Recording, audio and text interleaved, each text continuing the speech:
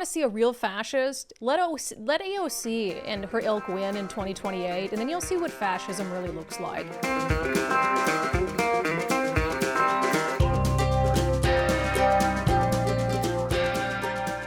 Zach Abraham, hello. Hello, how are you? Oh, well, I'd be better if socialism weren't having its moment in America. Oh my gosh, the results of the New York elections. Like every socialist that was up won. I think the origin of this really is a failure of the education system.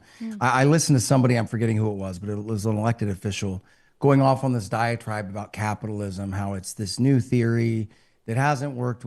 And I was sitting there listening to it, and it wasn't one of those things that it made me mad. It honestly, my feeling on it is tempered and changed a little bit. I keep having these exchanges with people on social media, and I go, listen, if your comment or critique is that we have an issue about the concentration of wealth, and we have an issue with the concentration of power, I'm with you, and we need to address those things, and we need to make some tweaks.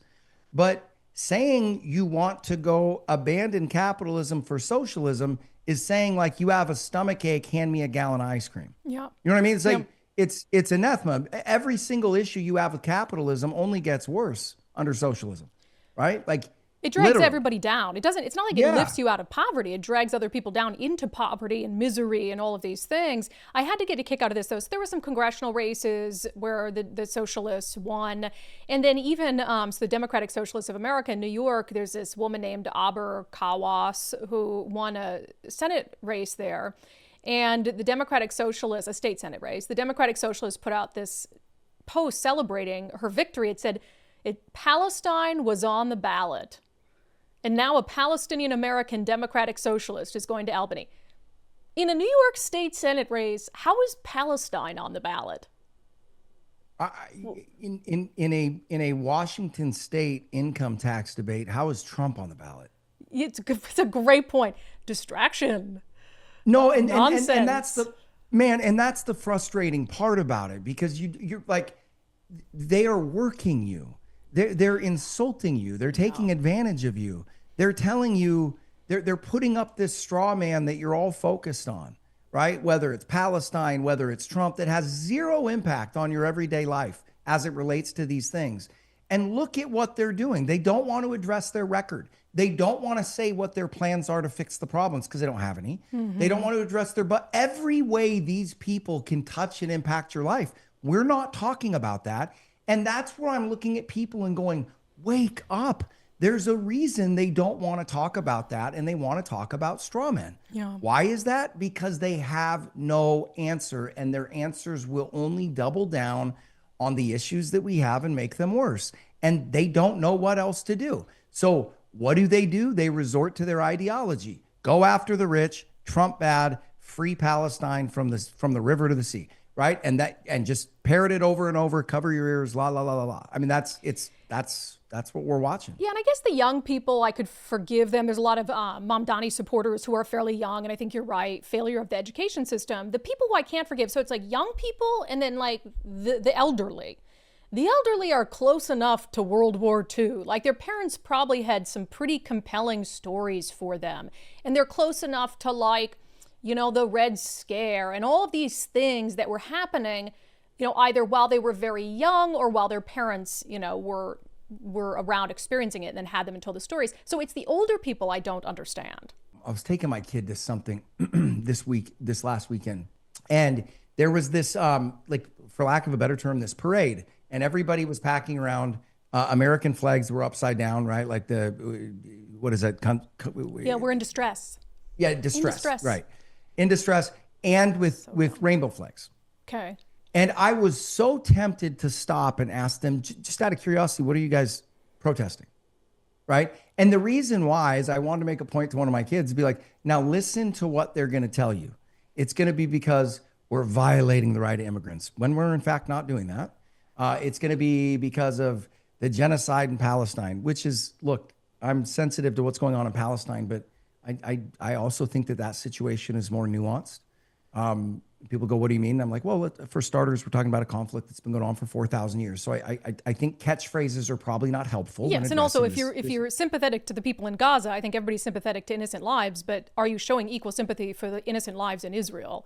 that we're taking on October 7th. That's the issue. Right. Why don't we quit looking at a human issue and making it political? Yeah. And sitting there saying, hey, babies and old people have been dying on both sides of this battle for a long time. Yeah. Right. So and it's just the sad part to me is we've just gotten so extreme in every single way. Like I said, I want to stop and ask them, what is it that you're protesting? Do you even know? Yeah. And I think in their minds, they've got like some, straw man that they're protesting or whatever, but you're going like, you're protesting things that you have zero control over and that the people you elect have zero control over. And you're ignoring all of the things that you and they do have control over because you're attributing, like you would think if you're just reading the news right now, you would think that the greatest scandal and the biggest fiscal scandal we had in our country was the repairing of the reflection pool. Yes. And now all of a sudden the press is all worried about, look, and if money was doled out untoward, I don't care who does it. Right. I'm all for government not wasting and not doing that. And so if there was something wrong, but the Democratic Party now, the DNC is worried about whether $10.5 million was spent correctly as it relates to fixing. Are you joking? Right? The party that says Doge is a complete joke and was a waste of everybody's time, we're concerned about $10 million to fix it. You can't even follow it anymore. Right? It's gotten too bizarre. You can't follow it. And it's all about, Trump's a fascist. And it's like the most fascisty people right now are the socialists and the progressives. I mean, it's like, you want to see a real fascist, let AOC and her ilk win in 2028, and then you'll see what fascism really looks like, and you'll see what losing your liberty really looks like, and you'll see what re-education camps look like, because we're really not too far away from that ideology. It's just, I have been saying, go ahead. No, there's people that are openly advocating that. You can find people all over the internet that are advocating political violence for change. You can find people that have been appointed to political positions that have advocated social violence and political violence for change. Yeah. It's absolutely nutty. And like you said, they are the fascists. And how do you know?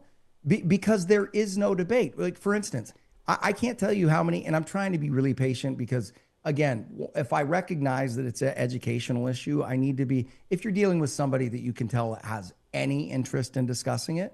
But that's why I've been pushing back on this Elon Musk thing. And I keep saying, can someone please tell me one person that has suffered in any way, economically, socially, or whatever, because Elon Musk is worth $1 trillion? Right. Can How somebody does it affect you? And if you think it does, I have great news. It doesn't, and I can explain to you why. And that why is because in a fiat currency world, money is completely fungible, which means how much he has. Now, if he is using that money to influence politics and influence the law in an untoward way, we certainly need to look into that. But we didn't pick Elon Musk. Nobody voted him into office. Right. So why would that focus be on, it's corrupting politicians? Then blame it on the politicians. Yeah. They're the ones that took an oath to support the Constitution, uphold it. They're the ones that said they'd vote on your behalf. Elon Musk's job is to maximize shareholder value. Yeah. He's done his job really well. So do I think it's not something that we need to pay attention to? No. But I would say if we have outrage about undue influence of wealthy people, it should be aimed at the politicians who promise to act on your best interests. Elon Musk never promised you that, ever. Yeah. And to your point, if he's got $1 trillion, all I know it's not liquid, and he's using more money than anyone could ever dream of to influence elections, like obviously we need some sort of controls on that. But I was having a debate with somebody about this the other day, and I asked them when they said, do you think it's okay that Elon has $1 trillion? And I'm like, well, who gets to decide how much wealth an individual person should have? The government? They said, that sounds like a really slippery slope. And also you cap their earning potential and you cap their potential. Think about if you'd only let Elon Musk be worth $100 million or something, what he might not have done. It's just crazy. I know we're far afield, but. Here's the scariest part to me, and I do mean scary. Because when people start looking at markets and saying, I don't like that, right? Which this is a perfect example for the environment that we're currently living in. We see this all over the place, right? When we decide that science and biology is inconvenient and we don't like it, We just get rid of it, right? And the outcomes are deleterious, right? We've seen it, right? The issue with the girl that was wrestling the other girl in our state that got abused, and in my opinion, got assaulted. Yeah. You see, okay, flip over to the economic side. When we play that game and we look at market outcomes, which is the marketplace, investors, and I didn't agree with them, right? I told everybody not to buy SpaceX IPO. And guess what? If you listen to me, you were able to buy it below the IPO price. Okay, so I'm not, but that is a market. Those are people making a decision. And when you look at markets and you decide you do not like them and those prices should be changed, there's a long history of that happening, and it never ends up well because it literally is the definition of second order effects, meaning you sit there and you don't like that the market has valued Elon's work at $1 trillion. So you want to cap it. Guess what? You will get less Elon Musks to some degree. 100%. Okay. Or he'll just leave and go to another country. And I can promise you there are many that would sit there and go, China. Elon, bring that. Yes. Yeah, bring that trillion to us, baby. Yeah. And so it's just these second order effects things. And when you start saying that you don't like free markets and you don't like the outcomes that they're issuing, and you don't like the prices that they're putting out there, and you start playing with those, there's a long history of that happening. And it usually ends up with the lowest common denominator in society, the most vulnerable, taking it in the shorts. And that's just what happens. Yeah, it makes no sense. These people have lost their mind. All right, let's do a quick watchdogging.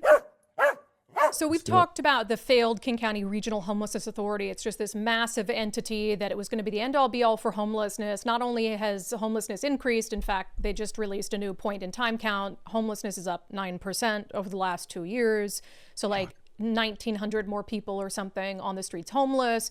Now, the other wrinkle is there are some Democrats saying the King County Regional Homelessness Authority, it's time for it to disband because there was an audit that found some very concerning behavior of money unaccounted for, so to speak. So have you heard what the city of Seattle and King County's solution for this is? I haven't. Well, I don't think so. I don't think they so. are going to spend $1 million to, you remember, the news came out that they said, okay, we're going to put this independent auditor sort of in the agency while we sort of figure out what to do. Well, they just had to admit that that's going to cost $1 million. So homelessness is up. The agency is a failure. It's failing audits. And the solution is to spend even more money on it. I don't understand. I'll just make an open offer to the city of Seattle. If you're looking for an auditor to keep everything straight, I can guarantee you I'll find one between $150,000 to $200,000. 100%. Yep. And there it is. The government. How is it going to cost $1 million? Well, because they've got to hire their buddy that runs a labor search program, and they got to pay a talent evaluator, and they've got to do this and they've got to do that. And the short answer is because they've never run a business. They've never built anything, right? They don't know that you don't have to do all that nonsense. What we're talking about literally is probably freshman to sophomore level finance accounting. Yeah. Meaning the basic level of accounting you need to square this is you could get in a 200 level accounting class. This is not complicated. How do you know? Because the people that are doing it aren't complicated. Meaning whenever we've opened the books, right? Whether it's Minnesota or whatever, one of the things that's most amazing or incredulous about the whole thing is how unveiled it is. Right? Like this isn't Bernie Madoff, right? You don't need to dig through the books to find these secret hidden expenses. Right. It's right there. You just need to balance the ledger and you'll see the problem. You know what I mean? Well, and that's already been done, right? I mean, the overarching audit that looked at the last 5 years and flagged all these issues, that work is done. This is $1 million just to keep it above board until the city and county can figure out what to do with it. Look, I don't even care if they failed the audit. I don't care how much it would cost if it would be free to look into all of this. The problem is it's not working. That should be the reason to get rid of it. The problem is it's not working. And yes, it is a problem that it failed the audit, but we should be able to get rid of it just on the basis that homelessness continues to increase and has increased significantly every year since it went up. Right. So like, do we really care about and that's the other thing that just is mind blowing about this. Cause I care about the homeless people. I do. We've given substantial amounts of money to drug abuse stuff in downtown Seattle, homeless shelters, youth homeless shelters. I deeply care about those people. And that's one of the problems. You look at them and go, you're not helping. You're not doing anything positive for these people. The amount of people dying on our streets continues to rise every single year as well, right alongside the homeless rates.